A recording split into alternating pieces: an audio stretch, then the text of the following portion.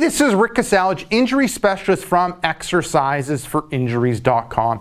In today's video, what I wanted to go through are a few hip stretches that will help you improve your flexibility. Now, Andrea is going to go through the exercises and I'll kind of highlight the details. And Andrea will show you the first one, and then we'll go through the other four.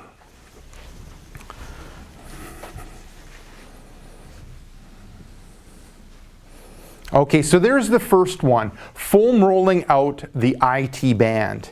And how this one works, I need a foam roller. So what we have here is a 3-foot foam roller, a full foam roller. You don't need a 3-foot foam roller, but you can utilize like a 1-foot foam roller. You can get these at any department store. If you don't have one of these foam rollers, what you can use is a full 2-liter bottle of soda. That'll work as well.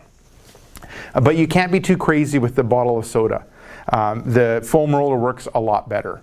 Now, looking at where you have it set, so you're on the side, you've got the foam roller set just below your hip, and now the bottom leg is straight, the top leg is over the top. You're going to roll from just below the hip to just above the knee, and then you're going to come back up to just below the hip, and you're utilizing your upper body to kind of move you along that foam roller. And looking at this one, what we're doing is we're foam rolling out the IT band, or the outer part of the thigh, which a lot of times with people is tight, and this foam rolling exercise helps loosen things up.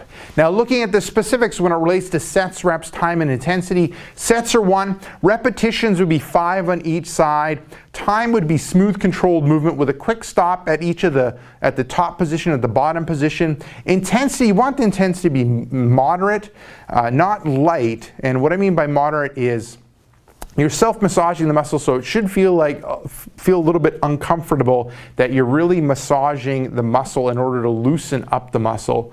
But you shouldn't be in screaming pain. If you're putting all your weight into it and it's very, very uncomfortable, then decrease how much of your weight you put into it. And sets, rep, time, intensity. Yeah, that's about it. Okay, so that's the first one. Now let's move on to the next one.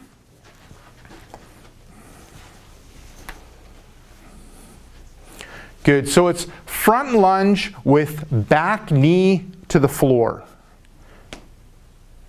Good, so how it breaks down, so you're starting in an upright position, you can take a big step forward, then you can bring that knee to the ground, and then you're going to come back out of the position and just alternate to the other side. So now looking at the sets, reps, time, and intensity for this one, sets would be 1, repetitions would be 5 on each side, alternating back and forth. The time would be smooth controlled movement with a good stop at the end position, so I would say a second or 2. The intensity for this one is light because we're looking at dynamically stretching the muscles around the hip. And the purpose of this is dynamically stretching the muscles around the hip, specifically in the front of the hip. Okay, moving from the second exercise to the third exercise. So we go from standing, we move down to the floor, and you're going to do a figure 4 stretch. And how this one breaks down is, so you're lying on the floor, knees bent, feet are flat, relaxing the upper body, you're going to tighten that abdominal area. Now you're going to bring one ankle over to the other knee, and then you're going to actively use your muscles in your hip, in that right hip, to bring that knee out to the side, and then you're going to use your hand to go a little bit further. And you're looking at feeling a stretch in that hip area. Perfect. So you're going to go from one side and then alternate to the other side.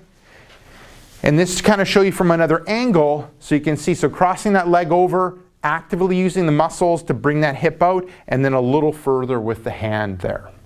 Perfect. Now looking at the sets, reps, time, and intensity for this one, sets would be 1, repetitions would be 2, so alternating back and forth. Time would be a good hold for 20 seconds. Intensity is light, and the purpose of this exercise is to statically stretch the muscles in the hip. And what you'll notice is most times with people, one side is, they feel a stronger stretch than the other, and that's perfectly normal, because even in our legs, we tend to be dominant on one side, just like most people are dominant in one side when it comes to their arms and hands. Okay, moving from the third exercise to the fourth exercise.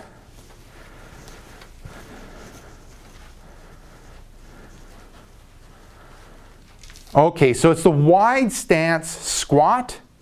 And how this one breaks down is, so you got a nice wide stance. You can start off with no weight, but what I find is having some sort of weight helps. And you can use a plate like this, or you can use dumbbells, or you can use a kettlebell. And you got that wide stance. You're going to squat down deep. You want that hip to pass the knee. You want to sit in the bottom position. The weight here is increasing the stretch in your hip area. And then you're going to move out of this position. Now, looking at the sets, reps, time, and intensity for this one, sets would be 1, repetitions would be 2, time would be building up to 20 seconds in that bottom position. So you can start up with 5, then 10 seconds, 15, and then 20 seconds. Intensity for this one is light. And the purpose of this exercise is we're looking at stretching out the hip in that bottom position. So it's a static stretch that we're doing, hence we're holding the stretch for a longer period of time. Okay, so we've gone through 4, now moving to the 5th and final exercise.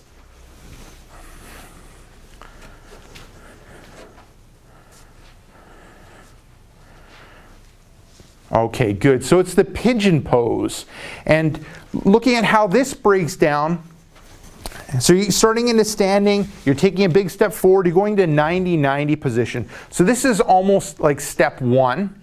And then you're going to kind of shift to one side, and that's step 2. And for some people, this might be as far as that they can go because of the flexibility that they have in their hip when it relates to rotation.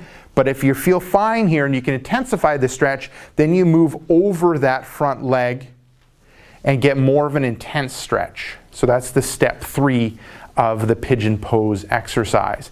Now looking at the sets, reps, time, and intensity, for this one, sets would be 1, repetitions would be 2, alternating back and forth. Time would be 20 seconds. You're holding that stretch for a good 20 seconds. Intensity is light, and with this one, it's a static stretch, so we're stretching for a longer period of time, and the purpose is to loosen up, to increase the flexibility when it relates to the hip when we're looking at rotation.